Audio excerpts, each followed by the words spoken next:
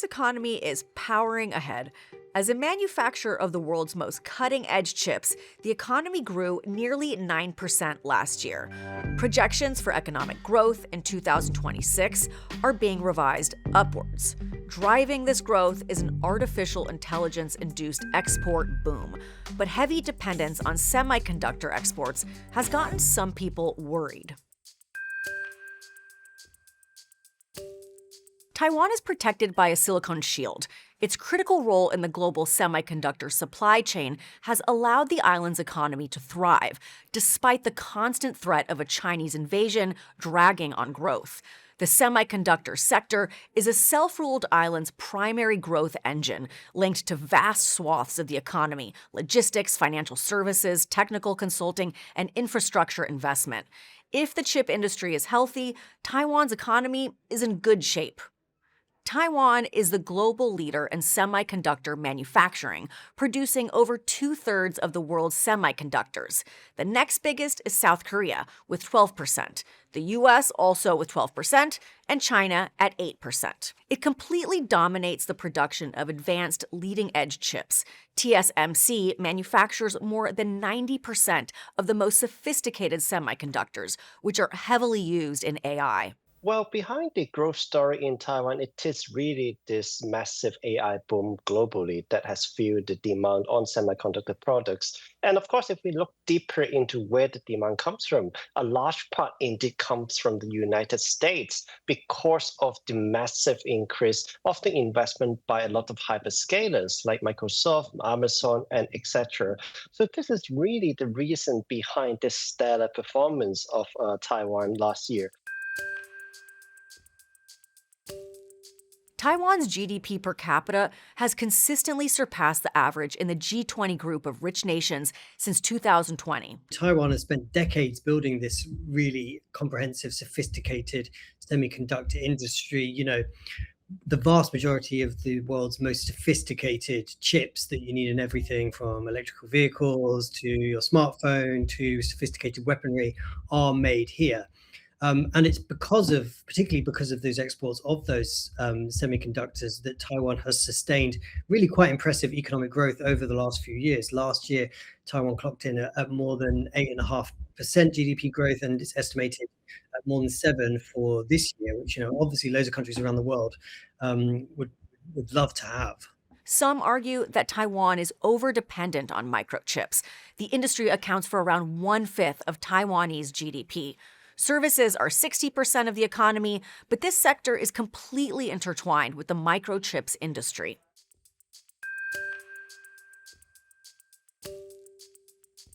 During the 1960s and 1970s, the island experienced what is known as the Taiwan Miracle, a period of unprecedented economic expansion as it transitioned from light industry to manufacturing and technology.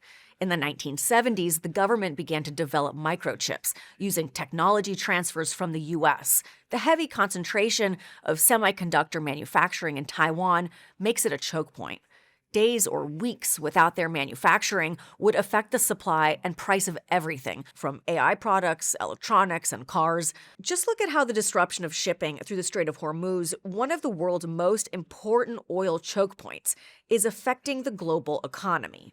At Davos in January, U.S. Treasury Secretary Scott Bessent said, "The single biggest threat to the world economy, the single biggest point of single failure, is that 97% of the high-end chips are made in Taiwan." Bessent went on to say that if Taiwan were blockaded, or if that capacity were destroyed in a conflict, it would be what he called an economic apocalypse.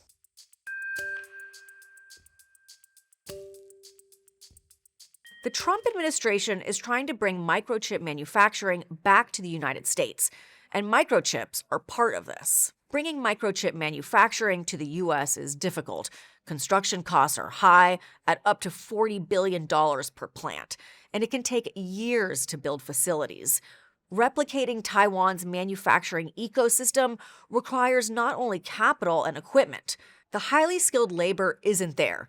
It requires sophisticated supplier networks, and there are complex environmental regulations to navigate. Well, indeed, if you look at the strategy for Taiwan right now, it is pretty much not a choice, but a necessity for these firms, especially TSMC, to invest overseas to cater the demand for their clients. So, under this current geopolitical climate, they really have no choice. So, the key challenge here is really about whether TSMC or the Taiwanese economy can cope with this new trend from made in Taiwan towards made by Taiwan. And indeed, if Taiwan is able to continue to hold the key in R&D, if it can export this technology not really only directly from Taiwan, but also try to produce like products overseas and sell to other markets, this is pretty much like a new reality it will need to face and a challenge that it will need to overcome. So it is indeed happening, but I'm quite sure that the majority of the production will still be in Taiwan, even though the share may be lower than before.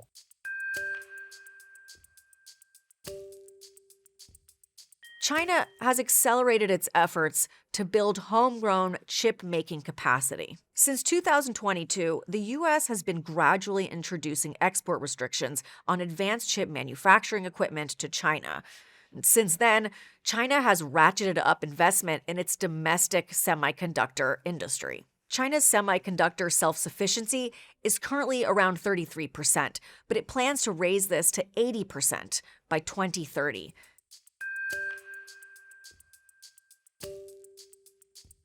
Long-term forecasts are difficult during times of global uncertainty. What are Taiwan's prospects like in the short term? Well, in the short run, our challenge remain because of what is happening around the world. If we do see the energy supply shortage and also high inflation, that will definitely affect the demand for semiconductor products exported from Taiwan. And under that scenario, it's possible to see a slower growth in Taiwan in 2026. So if we take into account, let's say, a prolonged war scenario of 4 months, again, no one really know whether it will finish tomorrow or it will last even longer. Taiwan will still grow at around 5% in 2026, which is still quite a decent number, supported by the AI demand, but it will be a slower pace compared to what happened last year.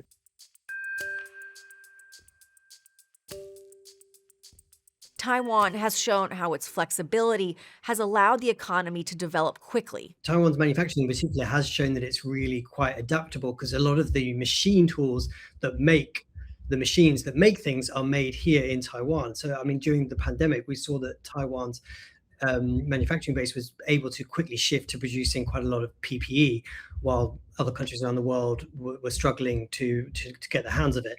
And in the last few years, we've also seen Taiwan's economy really start switching to producing kind of more defense equipment, security, and that sort of thing. That ability to adapt may be Taiwan's biggest advantage of all.